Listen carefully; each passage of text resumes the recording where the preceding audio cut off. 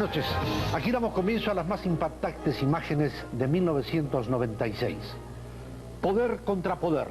Esta frase resume la guerra más larga, silenciosa y violenta que le queda librar al Perú a un paso del próximo milenio.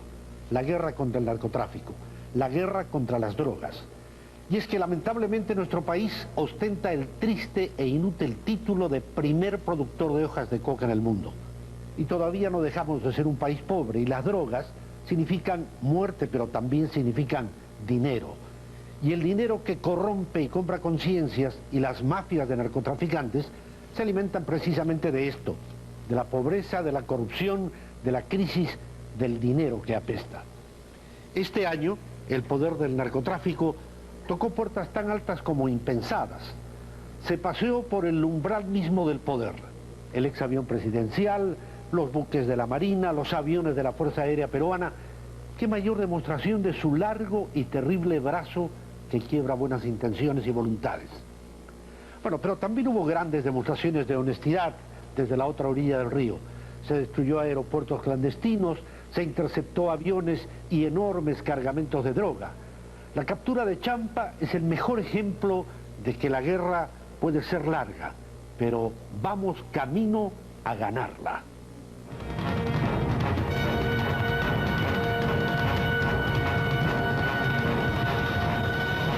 $65.000 millones de venta de drogas en el mundo, de los cuales 800 millones se mueven en el Perú en solo un año.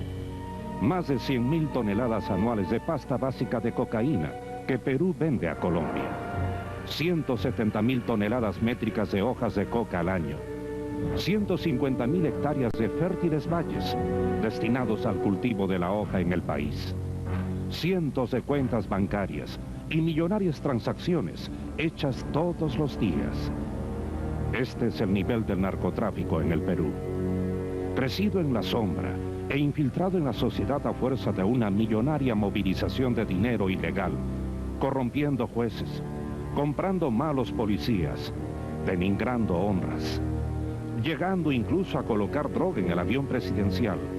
El narcotráfico ha demostrado en 1996 su inmenso poder corruptor, y a 4 años del año 2000 se ha convertido en el principal enemigo de la sociedad y Estado peruanos, en la guerra pendiente más importante del fin del siglo. Luego de la desarticulación en 1995 de la más importante mafia de narcotraficantes peruanos, el 11 de mayo pasado, una noticia remeció la redacción de todos los medios. La unidad de inteligencia de la Fuerza Aérea denunciaba ese día el hallazgo de 170 kilogramos de cocaína en el interior de un avión DC-8, utilizado en varias ocasiones por el despacho presidencial. El comando de la FAB calificó el hecho como un acto de demostración del poder corruptor del narcotráfico, y las investigaciones se intensificaron en todos los niveles. Un edecán del presidente se encontraba dentro de la tripulación. Quiero aclarar que no se trata del exavión presidencial, sino del DC-8, que a ustedes les consta era avión de carga, siendo edecán del presidente y queriendo él esclarecer totalmente que no tiene absolutamente ningún compromiso con este engorroso asunto, él ha preferido dejar el cargo hasta que se esclarezca totalmente. No puede pues ponerse en duda ni un ápice la fortaleza moral que hoy subyace en la formación y posterior desempeño profesional de oficiales y subalternos de esta institución, que tiene todo mi respaldo. Los hilos de la telaraña fueron desmadejándose poco a poco. Las pistas fueron llevando a los culpables y rostros conocidos salieron a la luz. Dicen que esa droga salió de la selva y que es de la familia Cárdenas. ¿De qué parte de la selva ha salido esto? De Iquitos y Tucalpa. Bueno, recién estoy enterando de eso. No me había enterado el día domingo por el presidente Fujimori, no, que le hicieron una pregunta en un programa. Pero me estoy enterando recién de que nos están echando la culpa a nosotros ahora. Pero cuando las responsabilidades se esclarecían, la mafia del narcotráfico dio un segundo golpe. El 5 de julio, la Marina de Guerra reconocía en un comunicado haberse hallado en el buque Hilo, anclado en el Callao, 28 bolsas con 47 kilogramos de cocaína en su interior. El narcotráfico, de pronto, convertía las naves peruanas en narcoaviones y narcobuques. Los golpes fueron duros, pero las autoridades judiciales intervinieron inmediatamente y la lucha contra las mafias pasó a convertirse en una guerra total, una guerra sin cuartel. Se intensificaron las acciones antidrogas en la selva y el operativo Rodillo 96 dio en el blanco varias veces. Se quemaron pozas de maceración, se destruyeron aeropuertos clandestinos y erradicaron cocales. Y por primera vez en muchos años, fueron sentenciados con rigor altos responsables de la guerra antidrogas que, en su momento, faltaron a su deber. Pero la campaña de desprestigio llegó a sus picos más altos, cuando el 16 de agosto, el capo del narcotráfico, Demetrio Chávez Peña Herrera, alias Vaticano, denunció a altos asesores del gobierno. Una pregunta, ¿quién fue la persona que sostuvo un diálogo? ¿Quién conversó con usted avisándole de que se iba a llevar? El señor Adivino Montesino. Él me avisaba de todos los operativos y todo. Buscando un giro efectista final, sin conseguirlo.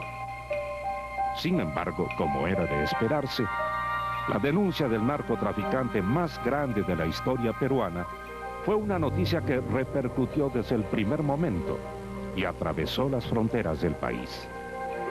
El narcotráfico se había ganado un poroto, apuntando hacia uno de los más importantes personajes del entorno político actual, lo que le agregaba una carga adicional a la denuncia. A los pocos días, el presidente Fujimori tomó distancias del problema. Yo no pongo las dos manos sobre el fuego en muchas personas, en muy pocas. Mis hijos están entre ellos, respondo por mis hijos, pero siempre estoy permanentemente vigilante sobre lo que hacen cada funcionario en lo posible en ciertos cargos importantes. La opinión pública se sensibilizó ante el hecho. Nadie terminaba de creer que uno de los artífices en la lucha contra el terrorismo y las drogas se viera vinculado a las mismas mafias que combate. Si bien la esperada entrevista televisiva a Montesinos nunca se produjo, el asesor sí se animó a dar la cara en un contexto favorable. Su participación en la reunión que los altos mandos peruanos tuvieron con el zar antidrogas de Estados Unidos, general Barry McCaffrey, fue la ocasión en que los medios recogieron sus primeras imágenes públicas y sirvieron para recordar su labor en el contexto de una guerra sin cuartel. Estoy satisfecho cada vez más de su labor, porque cada vez hay resultado. Y el Servicio de Inteligencia Nacional, y en donde está trabajando el doctor Montesino, cada vez obtiene más resultados. Las cosas comenzaron a cambiar el 22 de octubre. Premunido de una carta de respaldo a la política antidrogas del Perú, dirigida por el presidente Clinton al ingeniero Fujimori, Barry McCaffrey pronunciaba palabras elogiosas. Si existe un solo país del cual estoy más optimista, ese es el Perú. Gracias a Dios, en este país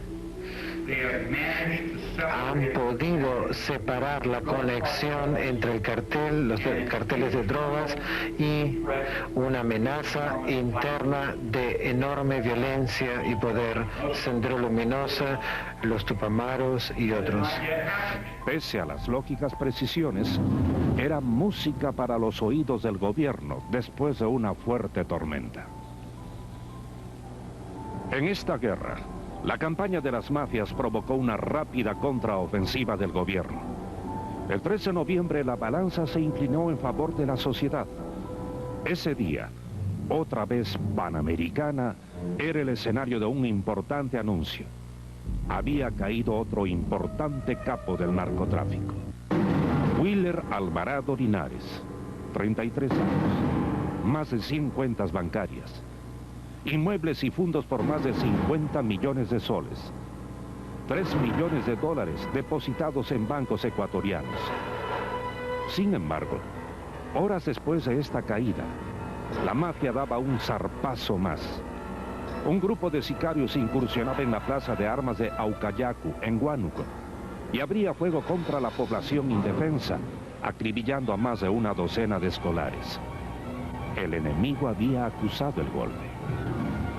Todo esto ha ocurrido en 1996, un año en el que por primera vez los peruanos tomaron conciencia de que la guerra contra las drogas es una de las más importantes cruzadas pendientes. Caído Champa, la guerra contra las drogas se encuentra ahora centrada en la captura del resto de capos aún sueltos y en la desarticulación de sus mafias, enquistadas en la economía y la sociedad, lucha en la que todos los sectores sociales están comprometidos. Panamericana llama la atención de la ciudadanía para colaborar contra este flagelo y así lograr su derrota antes del inicio del nuevo siglo.